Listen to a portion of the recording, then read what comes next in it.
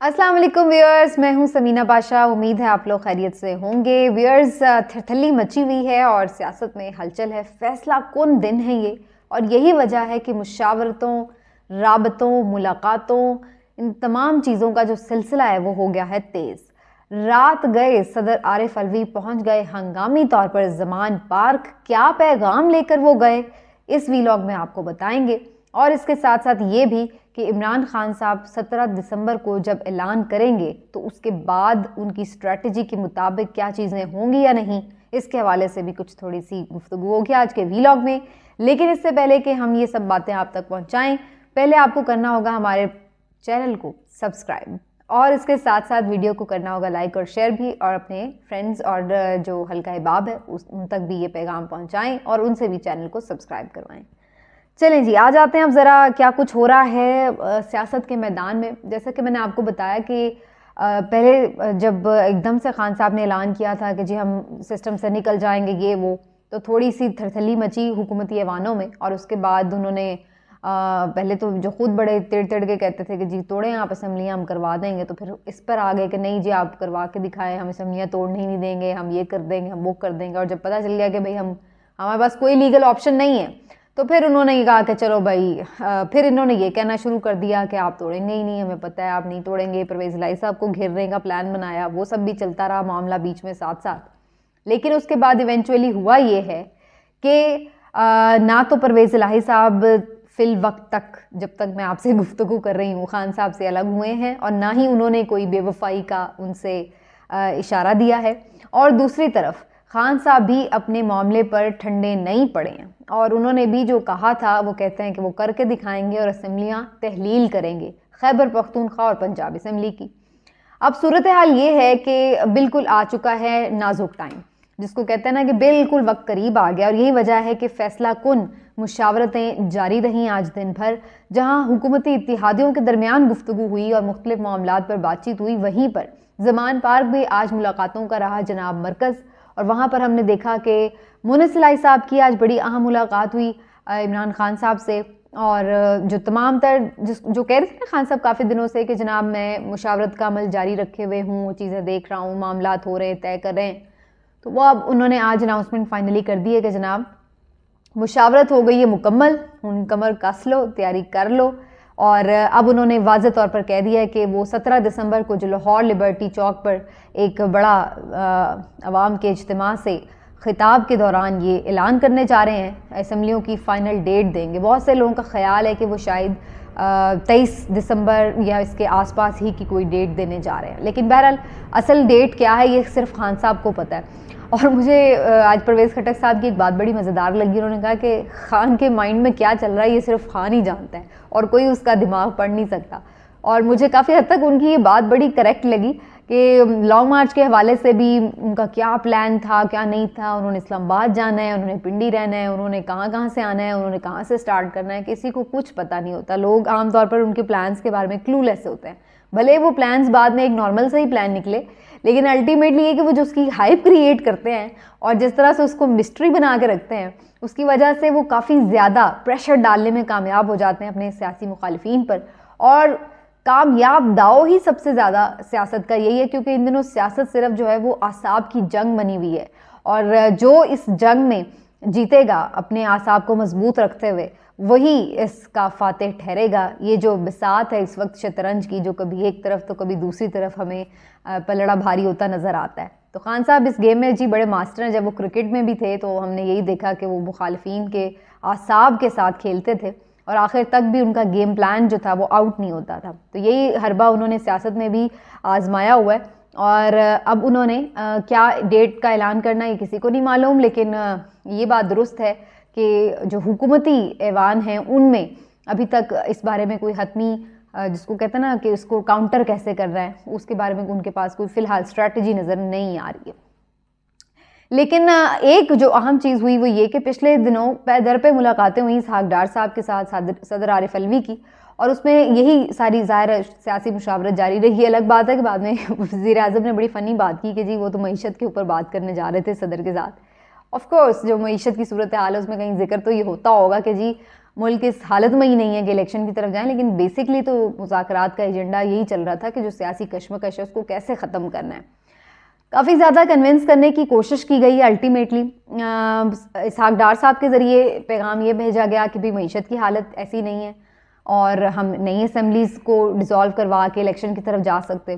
फिर उसके बाद उन्हें इजाज़ुल हक साहब के थ्रू भी एक पैगाम पहुंचाया गया था। आपको याद होगा पिछले 1-2 दिन पहले इजाज़ुल हक साहब भी ज़मान पार्क में इमरान खान साहब से मिले थे और इमरान खान साहब से इजाज़ुल हक साहब का मिलना बड़ा मानी खेज था, क्योंकि सब लोग जानते हैं कि इजाज़ुल हक साहब किस पार्टी से हैं। जी आप गलत समझ रहे हैं, वो मुस्लिम लीग ज़िया से तो हैं, लेकिन उनकी एक और पार्टी भी है और वो उनकी पक्की पार्टी है। तो जब उनका कहीं आना जाना होता है तो अक्सर लोग इस बात को समझते हैं कि वो जब कहीं जा रहे हैं तो वो किसी ख़ास तरफ से पैगाम पहुंचाने के लिए जा रहे होते हैं।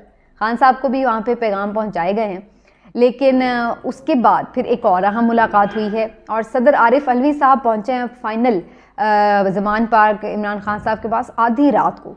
और आधी रात को उनका पहुंचना बहुत ही हंगामा खेज़ किस्म की उनकी आमद ये जाहिर करती है कि काफ़ी ज़्यादा जो सिचुएशन है वो इस वक्त जिसको कहते हैं ना कि बिल्कुल डिसाइसिव मोमेंट पे है। और खान साहब को ये पैगाम दिया गया कि आप असेंबलीज डिज़ोल्व ना करें। खान साहब को सदर के थ्रू भी यही पैगाम भिजवाया गया है कि आप असेंबलियाँ तहलील ना करें। अब पहले तो सिर्फ ये उन्हें बताया जा रहा था कि मईशत की हालत ऐसी है, फिर उन्हें धमकाया भी गया कि जी हम आपको नाअहल कर देंगे, फिर आप जो है पार्लिमानी सियासत से ही आउट हो जाएंगे। फिर उसके बाद जब खान साहब उस मामले पर भी नहीं नरम पड़े हैं तो अब उन्हें आरिफ अलवी के थ्रू भी ऐसा ही पैगाम पहुंचाया गया और इसमें थोड़ा सा उन्हें फिर अगेन एक वो, अब मैं ये वर्ड यूज़ करूँ तो आई डोंट नो सही है कि नहीं, लेकिन वो जिसको कहते हैं ना एक लॉलीपॉप फिर से दे के भेजा गया है। लेकिन अब वो लॉलीपॉप है या किसी की खुलूस नीयत है ये हम नहीं अंदाज़ा लगा सकते, लेकिन अभी तक जो ट्रैक रिकॉर्ड चल रहा है पिछले 6-7 महीने में तो उसकी वजह से मैं इसको लॉलीपॉप कह रही हूँ।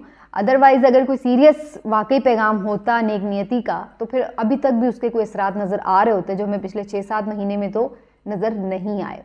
तो इससे यही जाहिर हो रहा है कि उन्हें सिर्फ एक कोशिश की गई है तरगीब फिर से दिलाने की कि जनाब आप फ़िलहाल असेंबलीज डिसॉल्व कर दें, फिर हम देखते हैं कि आपके मैटर को कैसे सॉर्ट आउट करना है।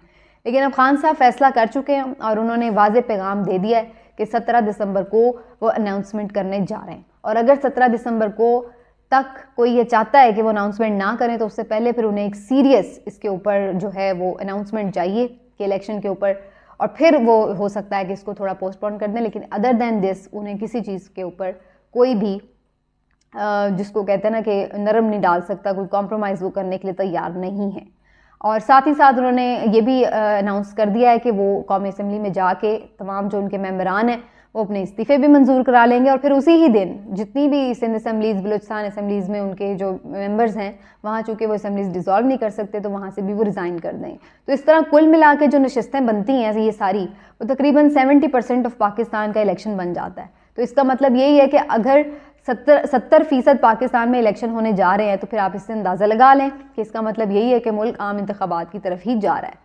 तो हुकूमत को भी इस बात का इदराक हो चला है कि अगर वाकई खान साहब जिनको वो शायद हल्का ले रहे थे कि वो नहीं करेंगे ऐसा, या उनके जो वुज़रा हैं वो जी शायद नहीं छोड़ेंगे अपनी जाहो जलाल और अपनी ऐशो इशरत और अपने मिनिस्ट्रियाँ ये सब छोड़ने से, ज़ाहिर है ये इतना आसान नहीं है सब कुछ एकदम हवा में उड़ा देना, तहलील कर देना।